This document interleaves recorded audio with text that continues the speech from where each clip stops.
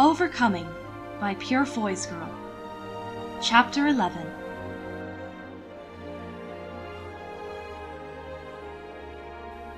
Quietly fuming, Will let himself out onto the street into the cool late morning air. He took a settling breath, then another, annoyed when he recalled the pitying, knowing looks directed at him when that woman had engaged his husband, as if he had any interest at all in whom Hannibal bedded. But it was too much to be borne, no matter that he was expected to be complacent and mindless on the subject of Hannibal's affairs.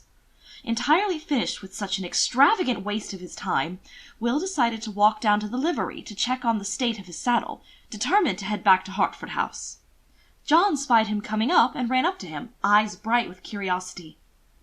"Your mare's enjoying herself," he offered, making conversation the only way he knew how. "And my saddle?" Will asked, absently rubbing his aching hips, still absorbed in his thoughts. Of all the debacles that could have taken place, of course it had to center around Hannibal's blatant infidelities, the sheer number of which had reached Will, even sequestered as he was. It was no stretch of the imagination that he would, finding himself bereft of his most recent favorite, locate an obliging body here in Hertford Town. He urged himself not to care, to consider it for the best, because at least now Hannibal would not be demanding his rightful access to Will's bed, no matter his bizarre reversal on the subject of child. It was no use, however, and the longer he thought about it, the more offended and put off he became. It wasn't enough for Hannibal to shame him from afar, that he had to make it locally known he had so little respect for Will, that he had considered his spouse so utterly insignificant that such flagrant dalliances could be conducted in his presence. Whatever respect the people of Hertford Town may have harbored for Will would certainly not survive long after today. "Dunno if it's enjoying itself, but Matthew's fixing it," John said, kicking a stone down the paved walk, his high voice dragging Will out of his dark thoughts. "He said it was a strange thing." "Yes, I imagine so," Will said, giving him a few pennies as he was wont to do, feeling churlish for wishing him away, but not wanting company just now. "He your husband? That fancy fellow you come in with?" John asked, bursting with curiosity, skipping alongside Will, who nodded here and there at various people going about their business, trying to pretend as if nothing had changed. "The paperwork would lead me to believe so," Will answered him sour. "He nice to you?" "We don't know one another well enough to be nice. We are polite, as you are polite with strangers." "He staying?" "Unfortunately, it would seem he is," Will said, sighing heavily. "Run along now, John. Give those pennies to your mother." "All of them?" He looked so woeful and beside himself that Will handed him a larger coin and said, "Go buy treats with this, enough for everyone, mind you, and then take it all to your mother." "Yes, sir, Mr. Graham." Will watched him dash off, envying his energy, and turned back to continue limping towards the livery, hoping to reach home before his irritation overcame him. It took Hannibal longer than he liked to settle with the tailor, confirm his order, and extract himself from Beatrix, who refused to take his hints or even his outright rebuffal.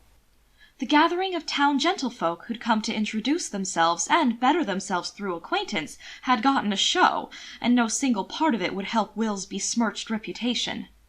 If anything, Will was worse off now in public opinion than he had been, and Hannibal found himself vastly annoyed, as he was not a man who took failure easily or gracefully, especially when it was his own fault. It was a full half an hour before he found himself outside of the shop once more, with nary a spouse in sight, and by that time he was fuming as much at his own culpability in things as at Beatrix's behaviour. At least she, ignorant opportunist that she was, had a good reason to cause a scene. Gossip would cast her in the imaginary role of his lover, which would garner her deference in Hertford Town. He, on the other hand, should have known better to entertain her attention for more time than it took to politely disengage. That he hadn't, that he'd given the entire town a spectacle when they clearly favoured Will, just irritated him more. "Red is a colour which suits you immensely, Lord Clarges." Will's flaying parting comment, so quickly conjured and so delightfully astonishing, had left Hannibal undeniably and thoroughly impressed with him, no matter how shocked the rest of the shop had been. He did feel that it had not been entirely called for, since he had never had any carnal relations with the widow Reynolds, and had no intentions of seeing her again, if he could help. But it was not surprised Will had deliberately upended that particular apple cart. The remark stung some when he thought of how easily he'd begun imagining Will in the new clothing ordered for him. It was the first time he'd actually not been actively attempting to get under Will's skin, but still managed to embroil himself in his mate's stern disapproval. Not to mention how oddly ashamed he felt to be, in essence, called a scarlet woman by his mate, when he'd come here with such good intentions. "Honestly, it's almost worse if I attempt to please him," he breathed, looking up and down the street for his wayward spouse.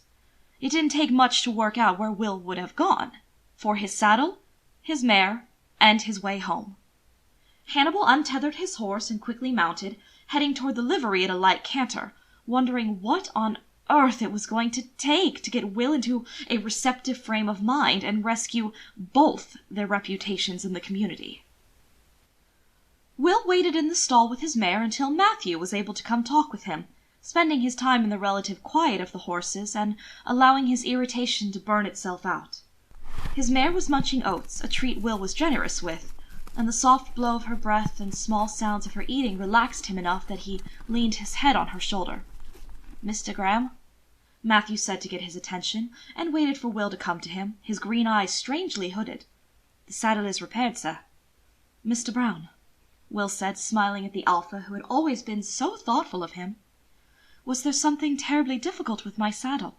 I've never had such a thing happen before."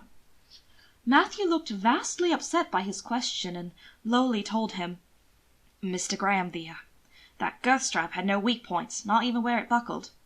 He pulled the strap from his work apron and held it out for Will's inspection, showing him where the break had occurred. "It looks like it's been cut," Will breathed, paling at the implications. "Mr. Graham, I know I'm no one to advise you," Matthew said, worried, "but you should tell his grace." "No, that's not necessary," Will said, shaking his head. "And I would prefer you keep this information to yourself. But Mr. Graham, Matthew, I appreciate your concern, but I have no intentions of remaining here for much longer." Matthew's worry faded to strained understanding, and his voice was soft when he said, "John told me about you riding in, and Patton was in the pub last night." Will took a deep breath and said, "I did not purposefully deceive you. I have, in all honesty, truly been the land agent for Hertford House. The fact that Lord Clarges was required by contract to wed me is so inconsequential as to be dismissed." "But he's back now? For an heir at last?" "He is," Will said. Trembling slightly, he said, "I'm sorry, Matthew, that I've been passing myself off as Beta, and Mr. Graham, I've always known you're Megan." Matthew interrupted, unperturbed on that count. "But you had everyone else fooled. At least until Patton got a few in him." "Yes, apparently word travels fast. Now everyone knows my place here is not what they first believed. But I am not what they first believed," Will whispered, embarrassed to be so exposed. "And there is no way now to explain myself." Matthew frowned, his green eyes flicking to the street outlet for signs of intrusion. "If you're his spouse, Mr. Graham, then your saddle being rigged makes a lot more sense." Will's stomach clenched, barely able to force words past the constriction in his throat. He asked, "What on earth do you mean?" "I mean he's got a history, Mr. Graham," Matthew said, "and you wouldn't be the first one to get in his way and be buried for it." Will's shocked silence went on for so long that Matthew softly said, "You need to tell someone you trust, Mr. Graham, in case the worst happens." Will paled, suddenly much too warm and rather queasy to think of who stood to gain the most from his death, who Matthew was so quietly telling him might have been responsible for creating an accident that could have been so easily resulting in a broken neck, with no one the wiser. Hannibal. The same man who had once threatened to arrange just such an accident 6 years ago, and Will had no reason to think he'd changed his mind. Freed of his marriage and his obligation to their respective grandfather's contract, Hannibal would have no reason to stay absent from the largest estate of his inheritance, and could claim his place without impediment.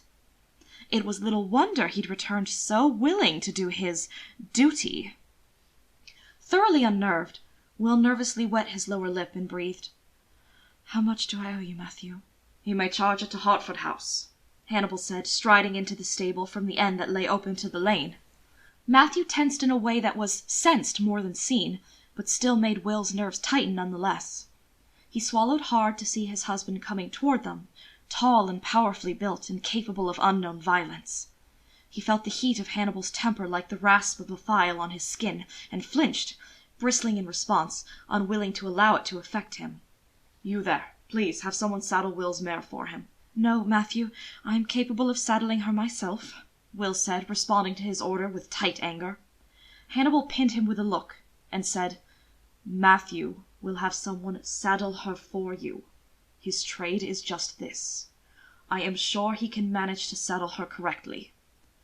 Will subsided, not willing to risk a row in front of witnesses over something so trifling, though he doubted very much that it could do further damage. Irritated with being ordered about so bluntly by another alpha, Matthew vanished to fetch Will's repaired saddle, leaving the two of them somewhat alone. Hannibal reached for Will, cocking his head when the man pulled out of reach in a twitch of instinct. "Will Graham, what on earth has gotten into you?" Hannibal asked, reaching again and grasping his elbow with warm fingers to propel him back outside. "You should not have left the shop in such a fashion." "I have no sense of fashion, as you have pointed out," Will said, deliberately missing the point. "Nor have I any desire to watch you engage services of such a select type." "The only services I engaged were those of Mr. Avery and his insufferable assistant," Hannibal said, his own temper rising to meet Will's. "Whatever feats of imagination your impressive mind has managed, Will, I was not pandering for a mistress. That would be bad form even for me, to do such a thing with you present." "With me present?" Will echoed, horrified into laughter. "You are entirely unbelievable, Lord Clarges." "As are you. I have just spent a small fortune on clothing you," Hannibal said, turning him to stare down into his face. "Your gratitude is more than lacking." "I did not ask you to. And why should I be grateful for that theatre you attempted to put on? My presence was not required, Lord Clarges. You could just as easily gone without me and achieved the same aim without making a public fool of me once again." "My aim was to see you properly outfitted for the garden party. My aim was to bolster your reputation in this village by publicly accepting you." Will's eyes widened with offense. "But instead, you destroy what little was left of my lauded reputation by accepting the attentions of a widow with notorious appetites. You had no thought for me at all, Lord Clarges. Perhaps you should bolster your own reputation, sir. After all, you are the one who will have to live with them." For a surprising moment, Hannibal thought Will had found out about the agreement he'd made with his grandfather, and just stared at him, wondering how on earth he'd managed to do so. "Or have you changed your mind about bringing your family to Hertford House?" Will asked, sensing he was at a loss and wondering at the cause. Hannibal quickly got a hold of himself and said to him, "You are not going anywhere, Will. You will stay here at Hertford House and bear the child my grandfather has asked for." "Lord Clarges, your humour has crossed a line," Will said, pulling out of his grip. "While it may seem a good joke to you, I assure you I am not amused." "You are not amused because I am not joking," Hannibal said, the stern tone of his voice making Will look up sharply at him. Taking a deep breath, Hannibal said, "Will, I am deadly serious when I say there will be a child between us." "That would require my consent," Will said after a moment of surprised silence. He was entirely unprepared when Hannibal said, "Not necessarily." Will flinched, knowing that Hannibal referred to his heats. There were ways to prevent them, he knew, ways used by Omegas who fought in the military and could not afford to be found out. They sacrificed their fertility in the same way they sacrificed their lives. But Will had found himself possessed of a tiny thread of hope that had kept him from using such methods. He never dreamed he would bear a child for Hannibal, but perhaps for someone, some day, after the dissolution of their farce of a marriage. "That is disgraceful even for you," Will whispered, looking away so that Hannibal was left staring at the line of his jaw and fine profile. "I doubt even a heat fever could blind you to an undesirable and repellent Omega." Hannibal exhaled softly, recalling what he had said last night in the library. "I should not have said such things to you," he admitted, uncomfortably aware that he was in the wrong. "And despite what you may feel you know of me, I should hope you should know I would not stoop to taking advantage of you in such a terrible and unforgiving way." Will's skeptical raised eyebrows spoke volumes about what he imagined Hannibal was capable of, prompting his husband to say with unusual sincerity, "I am trying to gain your favor, Will. You do like gifts, do you not?" "That was not a gift," Will told him, crossing his arms over his chest. "That was a public mockery." "I have complimented your fine work at Hertford House," Hannibal pointed out. "You have shown great shock that an Omega could muster the intelligence to manage such a thing. It is not a compliment to my accomplishments, Lord Clarges, but a rebuke against my gender." Hannibal frowned, brows pulling down as he reassessed. "The Omegas I have known are all simple creatures with simple pleasures," he said, completely upended. "Why are you so difficult to please?" Will laughed scornfully at that and shook his head. "It is very easy to please me, Lord Clarges." "Tell me then," Hannibal said, relieved, "and I will do it." Will's blue eyes met his for just a fraction of a moment, just long enough for him to say, "Have our marriage dissolved, and let me forget you." It was a strained and silent return ride to Hertford House, made with a telling gap between their horses, both men in contemplative silence, though for vastly different reasons.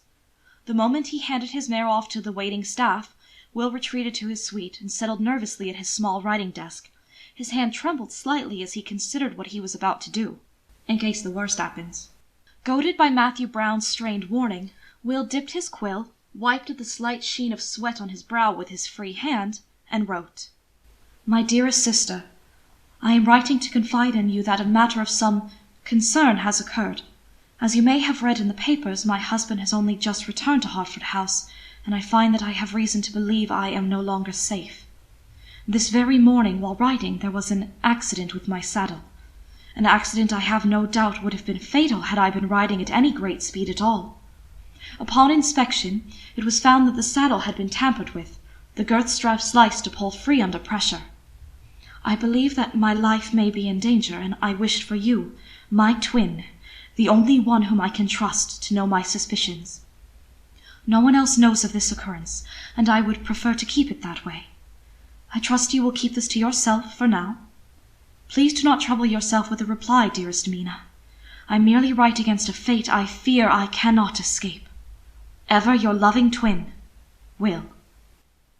He sealed it quickly and prepared it for the post, swiping at his forehead absently yet again. There was no sign of his husband as he made his way downstairs to deliver the letter into Jimmy's hands, knowing its existence would be held in strictest confidence. That accomplished, he took himself off to the stable and spied Peter, still rubbing down Hannibal's stallion, murmuring gently to the large horse, who was behaving rather better than it usually did. "Peter?" he softly called, and smiled in response at the way the gentle beta-man's face lit up as he turned. "Mr. Graham!" he called, delighted. It's good to see you." "It's good to see you too, Peter," Will said, coming closer to lay his hand on the stallion's nose, unspoken permission for Peter to continue his task if he wished. "Peter, I have a question about my saddle." "Ye got the strap redone," Peter said, a slight frown flitting across his face. I saw it, Mr. Graham. I saw it was new. Matthew, he did a good job." "Peter, did you see anyone near my saddle before I rode out? Anyone who should not be here?" Peter shook his head faintly, and then with more force. "No, Mr. Graham. No one comes here."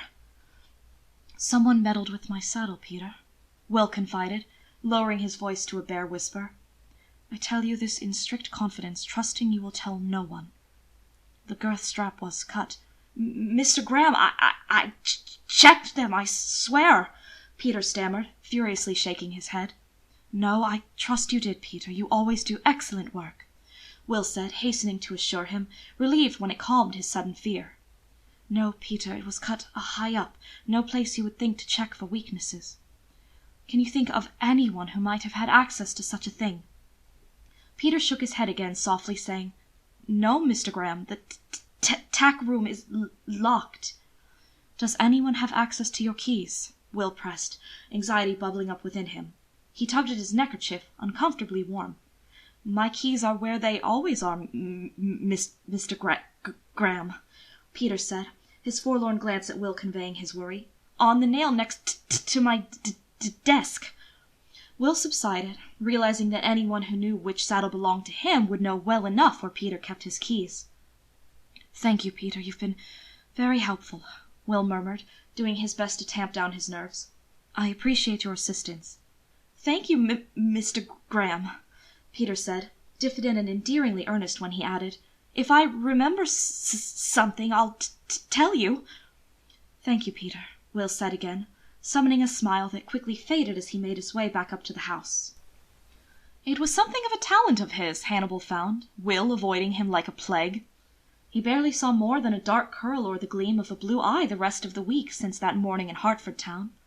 Will even took meals in his room, when he ever ate at all. Hannibal knew full well he could walk down to the estate manager's office and find him there, hard at work against grandfather's wishes, but he found he could not intrude in the one place Will seemed genuinely at ease in. After what he'd said, Hannibal found himself reluctant to force his company on Will at all. "Have our marriage dissolved, and let me forget you." It was troubling, to say the least. It weighed on Hannibal for days after they'd ridden home in stiff and hostile silence. He simply could not fathom that his spouse would ask so bluntly to be released from their marriage. It was just entirely outside of his experience, limited though it was, for an Omega to turn their nose up at a gift and ask to be parted from great fortune rather than thrown headfirst into it. "You're brooding, boy, when you should be courting your spouse," Grandfather said, finding Hannibal in the library. When Hannibal looked up at him, he chuckled a little and asked, "Have you been dancing around Will again?" "I cannot find him even for that, Grandfather. He is confoundingly uncommon," Hannibal said, recalling the sadness in those changeable blue eyes when Will had looked up at him. "He's avoided me as if I'm a leper, ever since I took him to the village. I bought a fortune in clothing for him, you know, and I've seen neither hide nor hair of him since. If I had spent even half so much on one of my mistresses, they'd have been delighted for days. Yet he has made me feel in the wrong for it."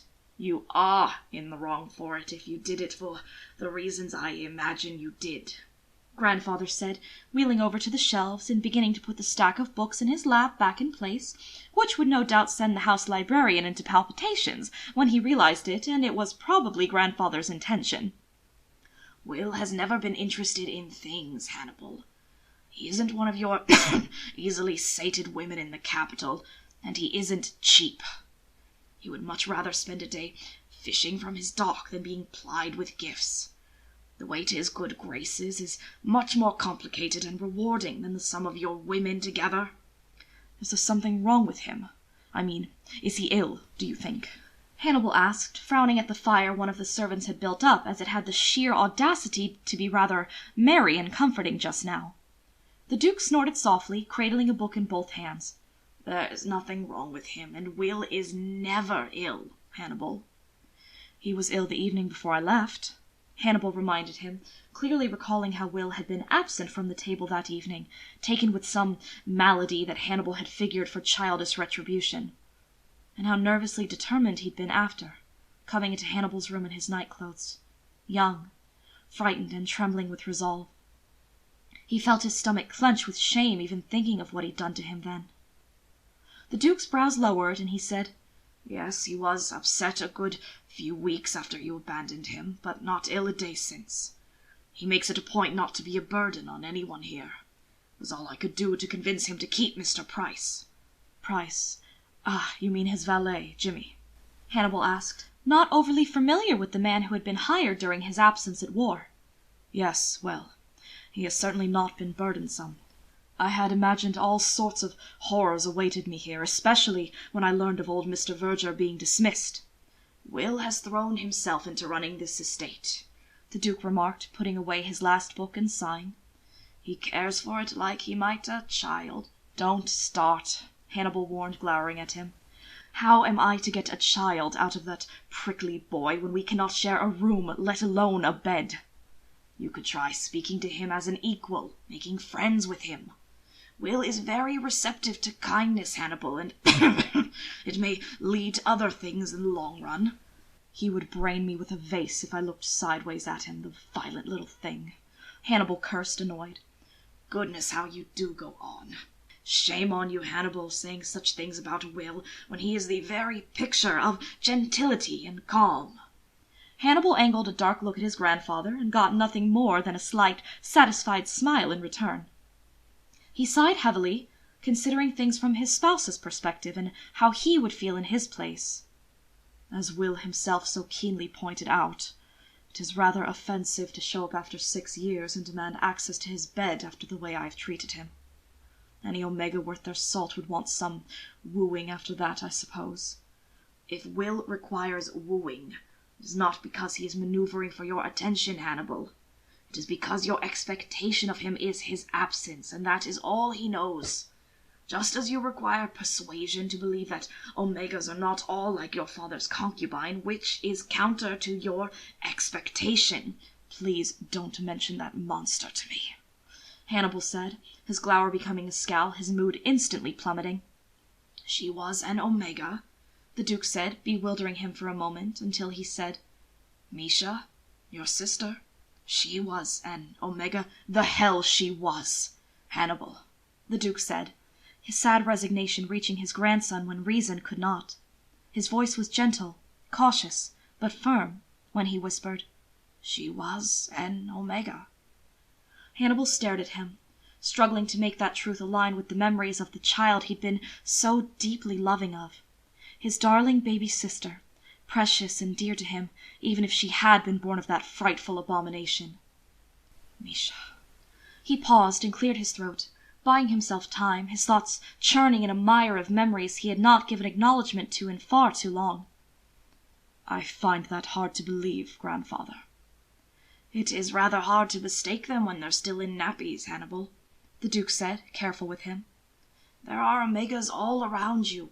You'd never even realize it, even with that keen nose of yours, and I have my suspicions as to why that is. You've spent 10 years away at war, thinking you were in company bereft of Omegas, but I can tell you with certainty that you have treated a great many who would have died on the battlefield for their country, same as Alphas and Betas who did so." "That is a ridiculous notion," Hannibal breathed, unwilling to consider it and finding a safer retreat from the information he simply wasn't prepared to deal with yet. "There are many valid and sound reasons why they are not allowed to enlist, one of them being that an Omega would immediately be betrayed by its scents and heats." "Not with suppressants and scent blockers. Science is a remarkable thing, Hannibal. Omegas have always been taught how to mask themselves when needed. You've wandered a world in which those whom you have met stand only to gain by playing to your perceptions, to the stereotypes your experience has cultivated. It has, unfortunately, only made you even more certain that you are right in your assumptions, when in fact you have seen the whole of their gender through a very narrowly defined lens, reflecting back what you expect to see." Hannibal restlessly tapped his fingers on the mantel, his mind whirling with too much clarity, too much new information, reluctant to think that his grandfather could be right in this. "You are intelligent, fair, and committed to being just," the Duke reminded him. "I know that you can take a second look at what has plagued you since childhood and see it for what it truly is, a cobbled-together prejudice based on fear instead of fact." The Duke gave him a fond smile and wheeled his chair silently out of the room, leaving Hannibal alone before the fireplace, riddled with uncomfortable thoughts. Misha, his little sister, born when he was young enough that he didn't clearly remember the world before her, and gone so long from him that it was difficult to remember his life with her in it. She was a blur of color and sound, a memory of sweetly scented hair and abandoned gleeful laughter, a sum of everything good that he had ever felt in his father's house for the few short years before tragedy had taken her from him. His Misha, his little queen, the apple of her mother's eye, light of his world, a light snuffed out too soon, and for such pointless reasons, whose first gurgling coo had captured his heart in a way not even death could remove. He imagined his judgments applying to her, his darling little sister, and it made him cringe. It was almost too much to believe as the truth, but he knew his grandfather would never tell such an outright ghastly lie, and it left him troubled, trying to reconcile the fact that Misha was Omegan, just like her wretched mother. "My lord," Berger called to him from the doorway, startling him out of his thoughts. "I've got your things all prepared, if you've still a mind to go." "Yes, Berger, thank you." Confused, thoughtful, and wanting a soothing soak, Hannibal headed upstairs and began to undress, still trying to wrap his mind around the things he'd just been told. He was so preoccupied with his thoughts that he barged into the bathroom and drew up short, his brain scrambling at the sight of Will attempting to make a hasty exit from the tub at his intrusion, a flurry of white limbs and wild blue eyes and a billow of steam. What on earth? Will snatched his towel around him, almost falling in his haste to escape the bath he'd only just entered. "Do you never knock when you enter a room?" Will flared, struggling to cover himself from throat to ankles and failing miserably, his shapely calves and long feet exposed beneath the hem of the towel. He was so much more slender than his clothing gave the illusion of him being. Supple muscle under dewy skin with a high, round bottom, and just the barest peak of a slightly round hip flashing from the folds of his towel. It was profoundly disconcerting, all that delicacy topped with damp, dark curls, an ill-concealed panic spiced with no little anger, a hint of true fear, and some tantalizing something elusively teasing at him. Hannibal momentarily stopped breathing at the sight, his mouth suddenly quite dry. He recovered enough to become terribly aware that he himself was barely better than naked, something that Will had taken clear note of, if the way his blue eyes fixed on the ceiling was any indication. Feeling graceless and silly for having walked in on him, Hannibal stiffly said, "This is my washroom." "Not for the past 6 years!" Will sharply reminded him, angered enough that those big eyes of his actually met and held Hannibal's own. Hannibal felt a shocking and utterly unexpected curl of attraction bloom under the heat of Will's gaze, confronted as he was with the after-image of Will's lithe and supple body and the promise of his formidable temper. He had never in his life met someone as entirely unexpected as Will Graham, and he was intrigued by his own growing interest in the feisty, easily irritated, and rather surly Omega who was his spouse. Glowering, showing altogether too much of his pearly white hide, and the dark mottling of a bruise down one delightfully muscled thigh from his fall, Will drew a towel around him, and with all the affronted grace of a snubbed goddess, hissed, "Enjoy the water while it's hot!" Hannibal stared at the bounce of his perky backside peeking from below the lip of the towel, as he strode away, shocked into silence when Will had the audacity to enter his suite and close the door behind him before Hannibal had finished properly almost formulating an apology to him. "Bloody hell!" he shouted, damned if he would both offend Will and then chase him out from his bath in less than a minute's time. He was not, by the gods, a monster. Hannibal crossed the washroom in 3 quick strides and jerked the door to Will's suite open, surprising him all over again. Standing imperiously in the doorway, he pointed back at the bathtub and stiffly said, "Get back in that tub immediately." Will's chin went up, blue eyes sparking, hands clenched into fists on his towel, which was doing a poor job of hiding his body at this point, enough to be more than moderately distracting now that a tight pink nipple was exposed, a delicate blush color that complemented Will's pale skin. "No," Will said, the word short and clipped. "As you so graciously pointed out, it's your washroom, and of the 2 of us, Lord Clarges, you need it more. You cheeky little twit," Hannibal swore, pointing more vigorously, incensed to be disobeyed when he was actually conceding to his unconventional spouse. The sheer gall of his mate was absolutely staggering. "Back, or I will put you back." Will's eyes widened dangerously, and Hannibal immediately stiffened, alert to any potential weapons in the room. He very much doubted Will could lift the hassock near his bed, but he wasn't about to risk being coshed into unconsciousness by his meek and retiring mate. His pride would never survive it. He wasn't entirely sure that he would survive Will Graham. "Go back to your suite," Will said, and whenever Hannibal began to retort, he loudly added, "Then I will get back into the tub." Fuming, Hannibal dropped his arm and took a deep breath. reminding himself that he was a calm and rational man of even temper and lauded reserve. He certainly was not a man strongly fighting the urge to turn his unclaimed mate over his knee and paddle the sass out of him. Certainly not. "Do as you please, you confounding creature," he said, turning on his heel to slam back the way he'd come, banging the door to the washroom closed behind him, only to be immediately confronted by his valet, stammering apologies. "Your spouse is in the washroom, my lord." "I am aware," Hannibal snapped, irritably going for a brandy. He poured himself an unmeasured amount and flopped into a chair, sighing. "He usually isn't long," Berger said, heading for his dressing room with Hannibal's freshly polished boots. "I'll get your clothing ready, my lord." "Leave it, I'll do it myself," Hannibal murmured. When he wasn't instantly obeyed, he slid his eyes open to glare at the man still hovering before him, and was rewarded with compliance at last. Once Berger was gone, and he was alone, Hannibal closed his eyes again and took a sour swallow of the brandy, the soft sounds of water moving in the next room prickling at his nerves. His traitorous mind unhelpfully conjured images of Will slipping out of the bath like a supple little water nymph, startled and fey, and delicate as a roe deer flushed from hiding. The thought of his mate's undeniably lovely form made him think about the child he'd promised to his grandfather, which led his thoughts onto Will's heats. He was certainly grown enough to be having regular heats by now, though no one would discuss something so appallingly private with anyone other than a lover.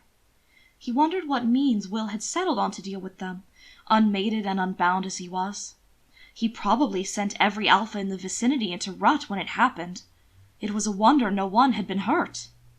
It left him scowling at his empty brandy glass as if it had somehow betrayed him, thinking that if he hadn't been so blasted dead set on rejecting Will, he might even now be the one Will turned to during such a time.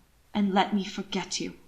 Will's blue eyes stared at him from his memories, the fire of the washroom replaced with the sick despair of understanding the last day 6 years ago, when Hannibal had spoken so harshly to him, had rejected him and everything he had so innocently offered. "Alpha," Will had whimpered then, appealing to a good nature Hannibal had been in no mood to indulge. He'd been little better than a child, and Hannibal had treated him like a worldly courtesan. Worse, he'd accused Will of deliberately wielding his charms like a weapon, and had ruthlessly cut him down in a savage attempt to disarm him. The water sloshed again, a faint pattering of drips that brought the image of Will stepping from the tub, water running down his limbs in silvery trails, dripping from his skin to meet the surface of the water. Feeling absurdly envious of a bathtub was not something gentlemen of good breeding should succumb to. Frustrated, Hannibal flung the brandy glass down and finished undressing, doing his best not to think of Will naked in the washroom just a short distance away. The knowledge that he was shockingly desirable was just another fact to be mused over and considered. It seemed that he was destined for a very wearying day of revelations, and Hannibal knew it was only just beginning.